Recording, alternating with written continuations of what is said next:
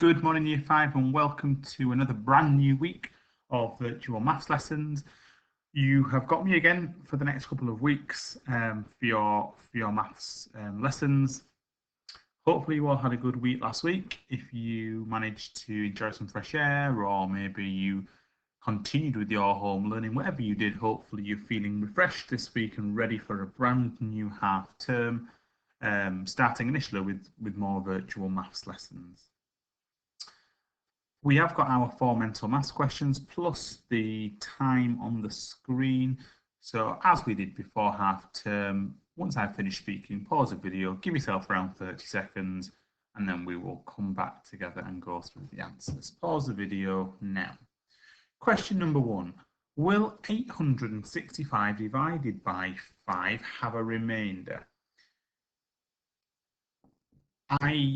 I'm looking at my number, 865, and I know with it ending in a 5, anything ending in a 5 or a 0 is a multiple of 5. It means it will divide exactly by 5. As this has got a digit of 5 in the ones column, this is telling me that 865 will divide exactly into 5. So I know that it will not have a remainder. Question 2. Multiply 27 by 15. Our last lesson before half term was looking at multiplying 2-digit by 2-digit numbers. And here again, I'm really short for space this morning, but we'll have a go anyway. 7 times 5 is 35. Written in like so.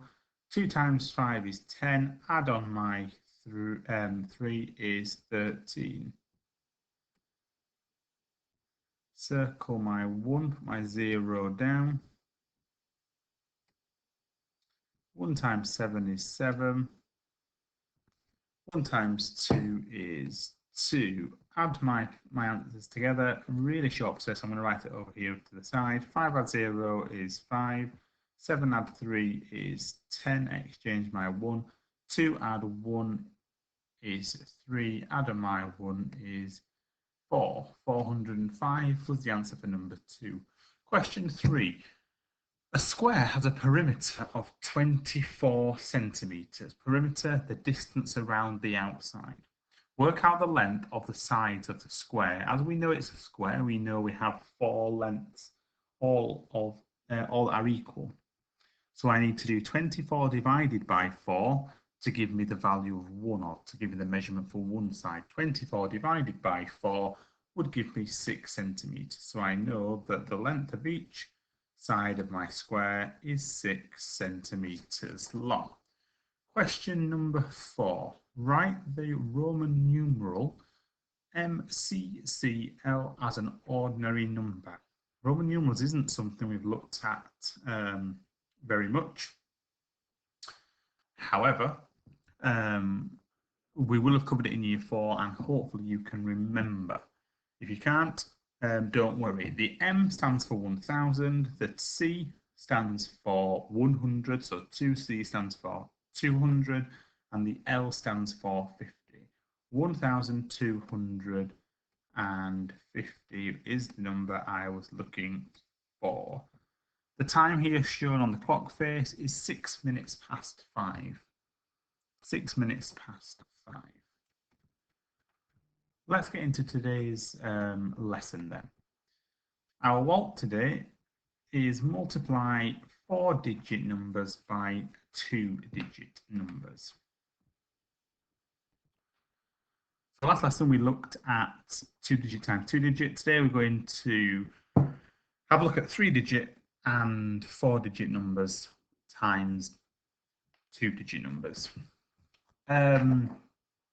Last time we had a look at the long multiplication method using the column method, and we also had a look at the grid method. Today we're going to use them side by side again. I know a number of you feel more confident with the column method, and that's great, because that is the method that I would preferably want to see you using, because that's the one that we will be using moving forward. The grid method is, like I said last time, an alternative method of showing the same thing But it is the column method, as I say, that's the preferable method that I would like you to be using, the one that we will be using as you move into year 6 and thinking about getting ready for high school. So let's have a look at an example. The first one, we'll have a look at the grid and the column side by side. So the question that my grid method is showing here is 321 times 11. So remember, when looking at the grid method, I'm using partitioning to help me break up my two numbers. So in this case, 321 is broken down into 300s, 2 10s, and 1 1, written like so across my 3 columns here. 11 is broken up into 10, 1 10, and 1 1, which I've got written down the side here. Once I've got my numbers partitioned, I can then work out the value of each of the missing boxes here by timesing the two numbers that meet at that box, if that makes sense. So in here, I'll work out the value of 300 times 10, here the value of 20 times 10, here the value of 1 times 10, and so on. I'm going to use different colours to help me write my numbers in here, and then I'm going to use my column method at the side to show how that looks. So 300 times 10. I'm timesing a number by 10. My digits are moving one place to the left.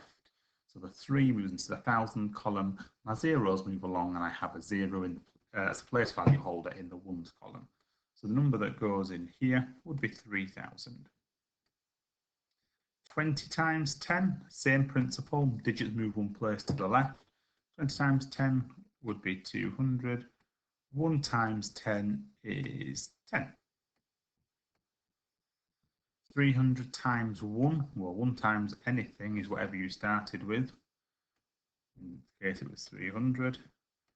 1 times 20 is 20. And 1 times 1 is 1. Hopefully you can see that yellow. Let's pull up a grid method here at the side. Let's write my calculation in. 3, 2, 1 times 11. So I'm going to use this to help me work out this. So 1 times 1, where can I see 1 times 1 on my grid here? I can see it written here in my yellow pen. 1 times 1 is 1. Next digit, I am doing 1 times 2 tens. So 1 times 2 tens, or 1 times 20, which is 20. So I write the 2 in this column here. I'm already in my tens column, so I know that the value of that 2 is 20, which I've seen here. 1 times 3, or 1 times 300ths, would give me 300. So my answer, my digit I'd put in there is 3, because the 3 is in the in the hundreds column, as represented here on my grid method. Now, really, really importantly, the next step, I'm circling the 1 here and I'm putting the 0 down. Why am I doing that? It's because the 1 has a value of 10. So to times the number by 10, remember we've just been practicing it a minute ago, the digits need moving one place to the left. To help me do this, I'm putting my place value holder in before I start. Now, 1 times 10. Remember, it looks like 1 times 1. Actually, it's 1 times 10 because the 1, as I've just said, is in the tens column. 1 times 10, which I've got written here, can be written just with the 1 because, like I've just said, I'm in the tens column. I'm not having to put a 0 in because I've already got my 0 here. 20 times 10. 20 times 10, represented here, is 200. So I write that here. Remember, this is my hundreds column. So the 2 represents the 200 I've got here. And then 1 times 3, or 1 times 300. Sorry, 10 times 300 even would give me 3000, which is what I've got represented here. So I can put the 3 in my 1000 column to give me my answer. Once I've got my two values here, I then need to add up my amounts. So 1 add 0 is 1, 2 add 1 is 3, 3 add 2 is 5, and 3 add 0 is 3. So 321 times 11 is 3,531. So you've got a number of questions to start you off today using the grid method and the column methods as we have just done here at the side. I'm going to model one more example. We're going to do one 4-digit times 2-digit. Now, the same principle applies when I'm looking at multiplying a 4-digit number by a 2-digit number. I'm still using the same principles I've been using all along. I just have an extra bit of calculating to do to get my final answer. So I'm just going to purely use, as I've said, because it's my preferred method, I'm just going to purely use the column method this time. I'm going to multiply the number 1,304 by the number 22.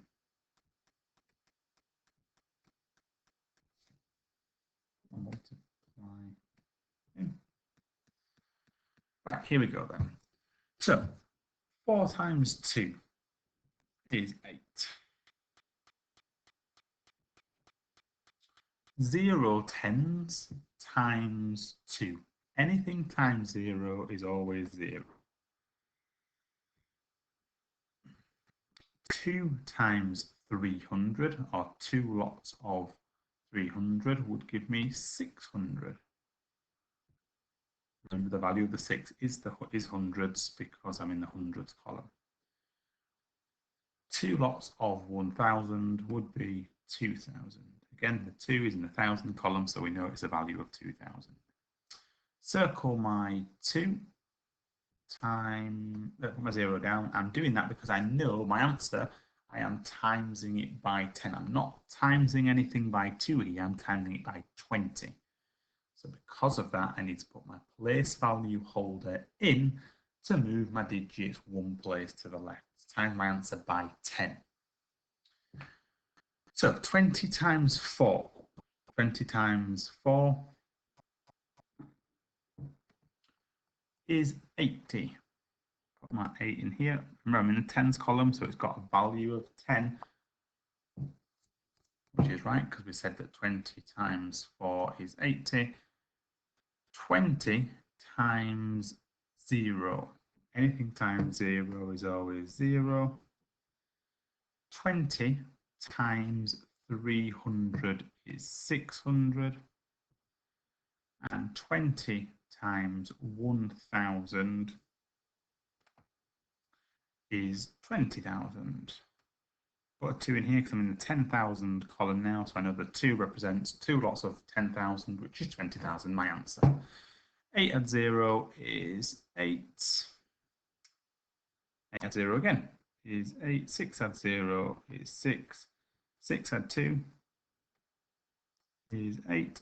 2 add 0 is 2. Final answer, 28,680. What I've not included on this example is my brackets at the side, which we looked at last lesson. So I'm just going to add them in because you're going to need to put them in on today's questions. When using the log multiplication method, I'm always going to almost partition that second number. So I'm going to do my large number, which in this case is 1,304, multiplied by the number in the ones column, which is 2. Well, technically, if I'm trying to, I'm doubling it, aren't I? And without even looking at that too much, hopefully you can think, well, I can double that in my head quite easily. Double 1,000 is 2,000, double 300 is 600, and double 4 is 8. So we know already that our first bit of our answer is correct. Not always the case, though. Sometimes you've got to do the calculating, particularly if you've got a value here larger than 2. So once I've done my large number times my ones digit, I'm going to do my large number times my tens digit. So it'll be 1,304 times 20. So today you'll have some missing digits here at the side to fill in.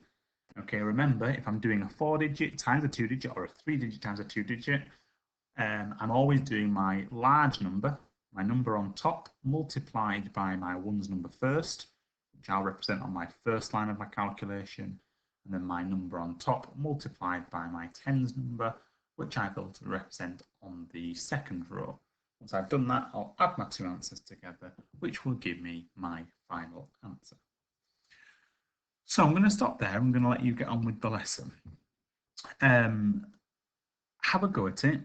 Okay, we have made it a little bit tricky now. As I say, we've got an extra calculation, so you might have some bigger numbers to deal with in here, but the same principle applies.